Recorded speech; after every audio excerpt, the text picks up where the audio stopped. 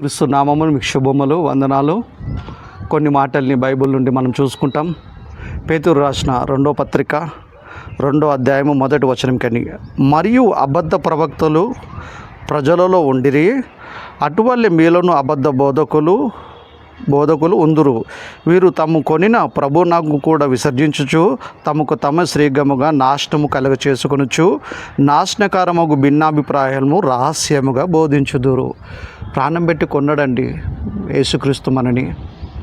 దేవుడు యేసుక్రీస్తు ద్వారా మనుషుల పాపాలకు క్షమార్పణ కలుగజేశాడు. చచ్చిపోతే నరకానికి పోవలసిన వాళ్ళని పాపాలను క్షమించి పరలోకానికి వెళ్ళే అవకాశాన్ని కల్పించాడు. కానీ ఈ మధ్య దయ్యం బోధకులు చాలామంది అయిపోయారు అనమాట.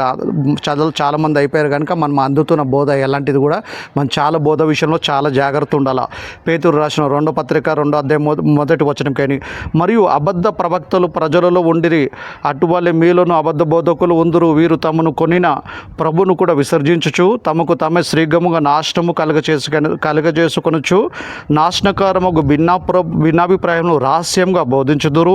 మరియు అనేకులు వారి పోకిరి చేష్టలను అనుసరించి నడుతురు. వీరిని బట్టి సత్యమార్గం దూషింపబడును. వారు అధిక లోబులై కల్పన వాక్యములకు చెప్పుచు మీ వలన లాభము సంపాదించుకొందురు కదా. బోధ విషయంలో చాలా జాగ్రత్త ఉండాల. మనకు అందుతున్న బోధ ఎలాంటిది, బైబిల్ ఉన్న బోధ బోధిస్తుర్రా లేకపోతే వేరే బోధ బోధిస్తుర్రా అని బాగా మనం ఆలోచించాలి. ఈ మధ్య చూడండి, స్వస్థత కాదు మనిషికి కలగాల్సింది, రక్షణ కలగాలి. మనకు పోవాల్సింది రోగం కాదు, మనకు పోవాల్సింది ఏంటంటే మనిషికి పాపం పోవాలా.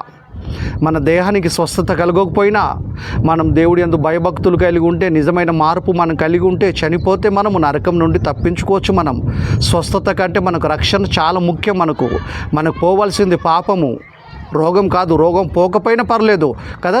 ధనవంతుడు లాజరు చూస్తాం, ధనవంతుడు చచ్చిపోయాడు, నరకానికి వెళ్ళిపోయాడు, తరిగిన శిక్షలోనికి అగ్నిలోనికి వెళ్ళిపోయాడు. దాంట్లో దరిద్రుడు చనిపోయాడు, లాజరు. స్వస్థత లేదు, నా అనే వాళ్ళు లేరు, ఆరోగ్యం లేదు, ధనము లేదు, తిండి లేదు, ఏం లేదు.